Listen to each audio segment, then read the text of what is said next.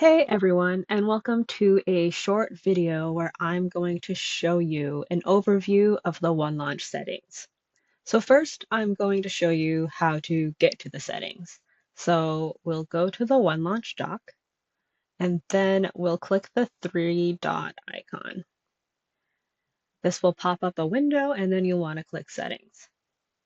It opens up to the General section first. This is where you have more general settings for the OneLaunch Doc, such as your location, temperature units. These are good for the weather shortcut and app that's built into OneLaunch.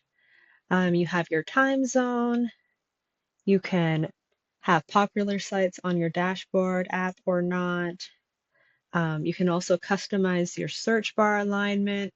It's normally set to automatic by default. This means that whatever setup you have in Windows, it will take those settings and place them in OneLaunch, but you're able to change it to either the left or to the center. Similar with the theme, it will take whatever theme you have on your Windows, but you're able to change it if you'd like. So we can go dark, bring it back to Windows 10. Or we can go back to automatic. And then also in the general, you can check for updates of the OneLaunch version. Next section over to the left is browsing. This is where you can change the search engine for the OneLaunch browser, where links will open in. You can set OneLaunch as your default browser, and you can also clear your history. The next one is the dock. This will help you customize the OneLaunch dock. So you can enable or disable any of these settings. So if we disable the apps, it removes the apps. We'll put them back on. Any of these shortcuts you can also enable or disable. So we'll take away the print and the recycle bin. And you can see they've been removed on the top right, but we can re-enable them.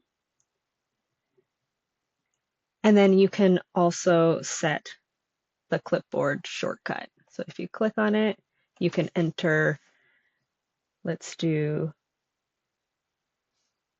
Control H. You can make a new shortcut for the clipboard shortcut. The next section is notifications. We only have weather notifications in here. This is if you would enjoy a daily notification of your local weather conditions. By default, it is set to off. And then the last section is startup and wake. This is where you can set how OneLaunch will launch on your computer. So you can disable or enable any of these. So this one will, on your computer startup, OneLaunch will open up. Similarly, if you make your computer go to sleep, on the following wake up, the OneLaunch browser will launch. So there is lots of customization that you can do here. You do want to make sure that you don't confuse these OneLaunch settings with the OneLaunch browser settings.